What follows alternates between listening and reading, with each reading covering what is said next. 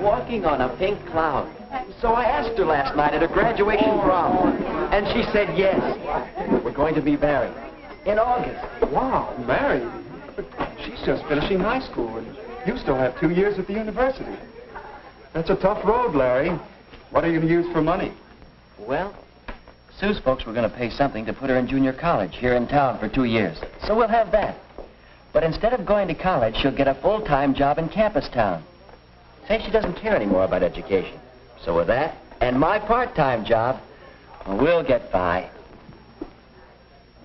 Uh-oh. Here's Sue now. You two probably want to be alone.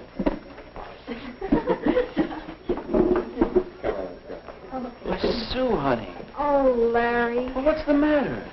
It's the folks. We had a terrible scene. I couldn't sleep a wink. They don't approve. They say I'm too young. They want me to finish 2 more years of schooling before I even get engaged. Oh, Larry. Oh, buck up, sweetheart. They can't stop me. Relax. And act normal till after your graduation next week. Then I can borrow Phil's car. Down to Greenville. There's a justice of the peace down there. We'll elope, honey. But, Larry, I wanted a church wedding. And all the parties and showers for me, too. And my folks, that would break Mom's heart.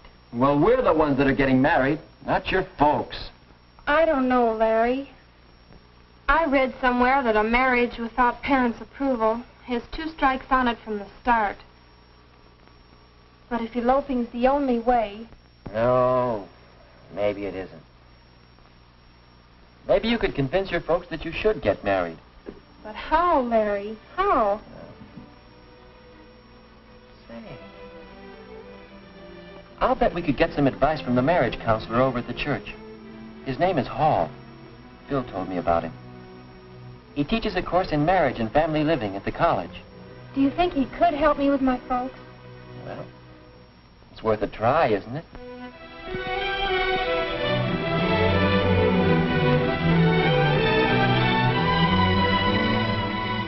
My folks don't understand the way I feel. So that's the story, Mr. Hall.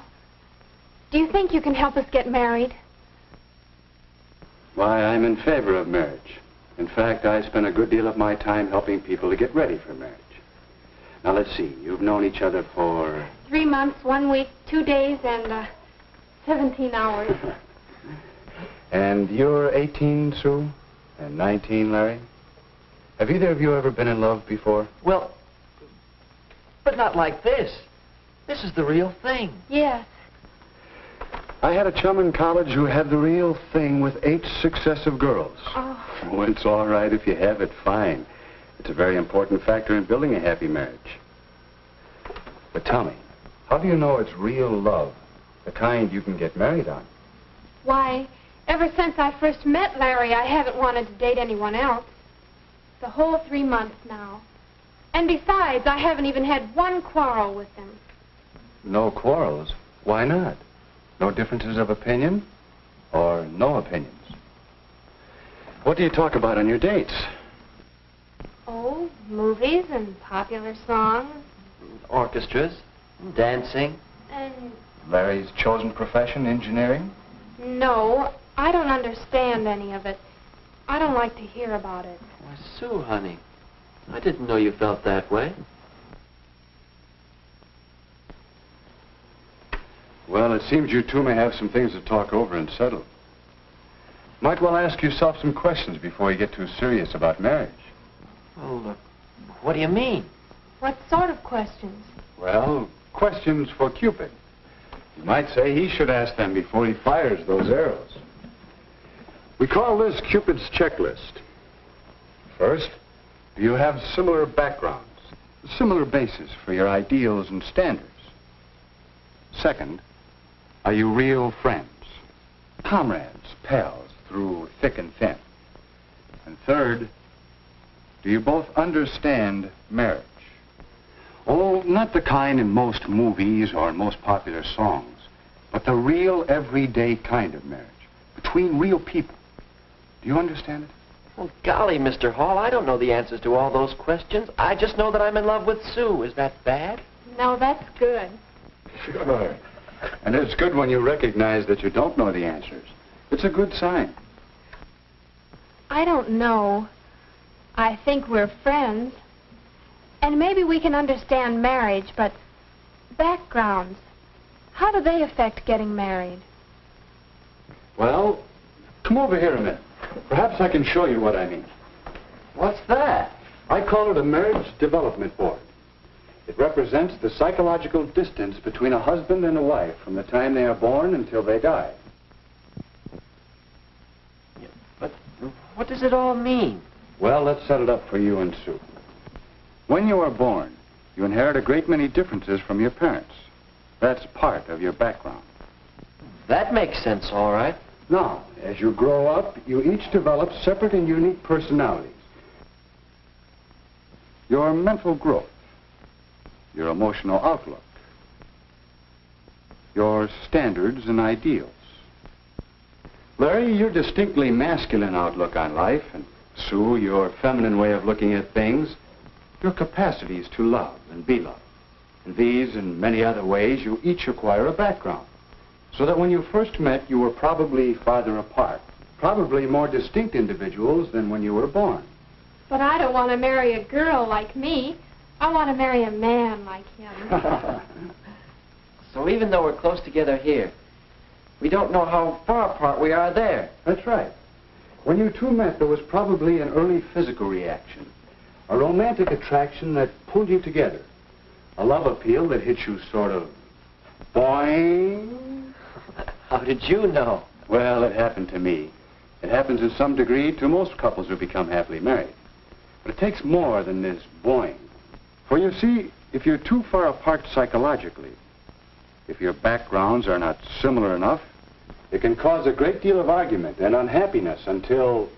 It's gone. Where'd it go? That's what you'll be saying about your romantic love if these other things cause a breakup.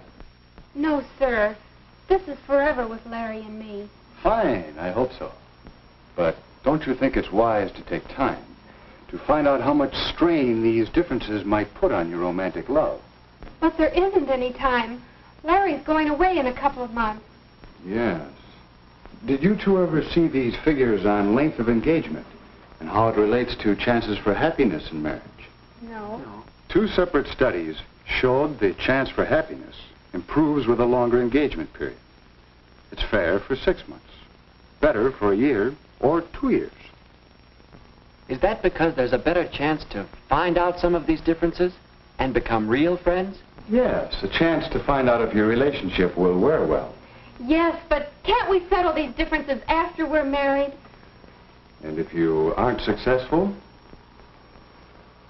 before you become too deeply involved, find out if the distance might turn out to be too great. Here's another angle that should interest you both. How age when married affects the chance for happiness. You can see that the chances are better after the man reaches 21 or so.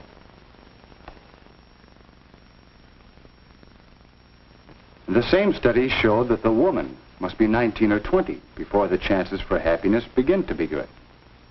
But why? What's the difference between 19 and 21 or so? The difference is in you the next few years. You, Larry, and you, Sue.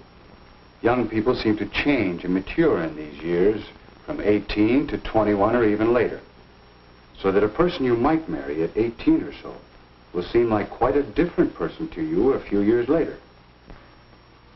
Gee, hon. Doesn't take an engineer to see that we're on the bad part of the curve of these graphs. All of them. Yeah. I see our chances aren't so good now. What are we going to do? I thought you were going to help us get married.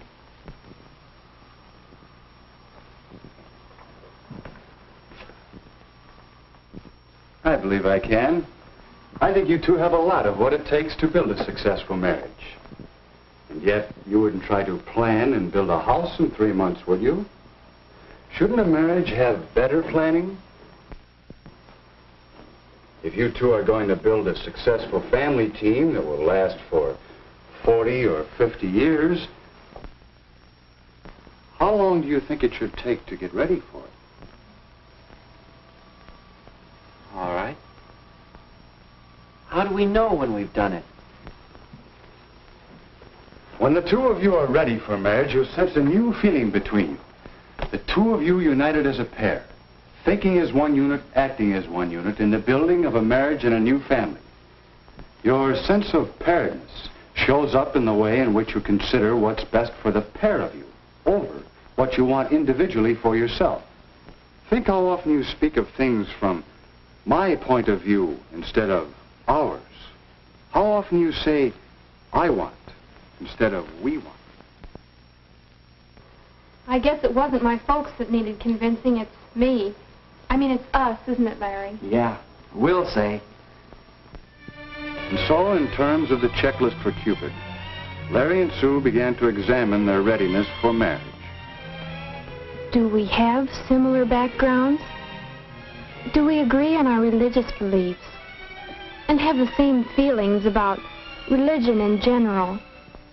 Do we have the same ideals and standards and tastes?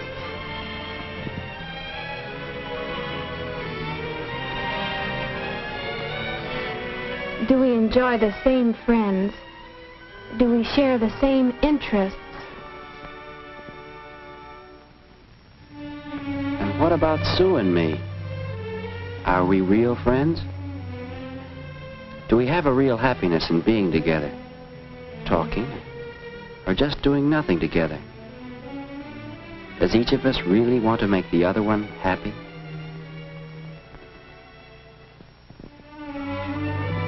Do we have a real interest in each other?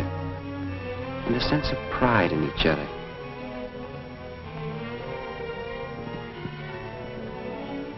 Do we know each other's peculiarities? Do we both have a spirit of give and take? Can we quarrel and come out of it with something better than before?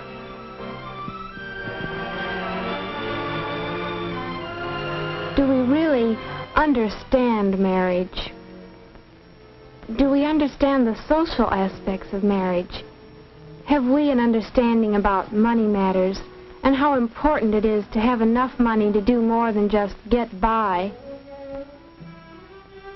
Do we understand the physical aspects and the family side of marriage? Do we know how much work there is to a marriage? And overall, do we have a feeling of paired unity?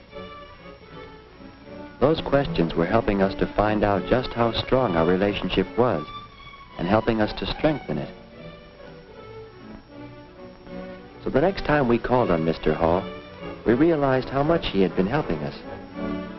He had been talking for some time with our parents, and there seemed to be general agreement that Sue and I now had a much better idea of just how much psychological distance still separated us. If you want to, Sue, your mother and I, we can make arrangements for you to begin school at State U this fall with Larry instead of at the junior college.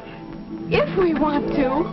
Then, if you two get along, in school, that is, if you continue to reduce the psychological distance, then perhaps at Christmas vacation or at Easter vacation, we'll be glad to announce the engagement. Oh, Larry!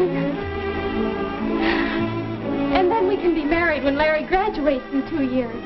I mean, 1 year and 10 months and 3 days. Yes, if the engagement period gives you two the opportunity to work things out together. If you both still want it. I guess you might say we're engaged to be engaged. And Mr. Hall, we both want to thank you. And say, now do you think we have anything more than... Bang! Why, yes, I think you've made a good start towards getting ready for marriage.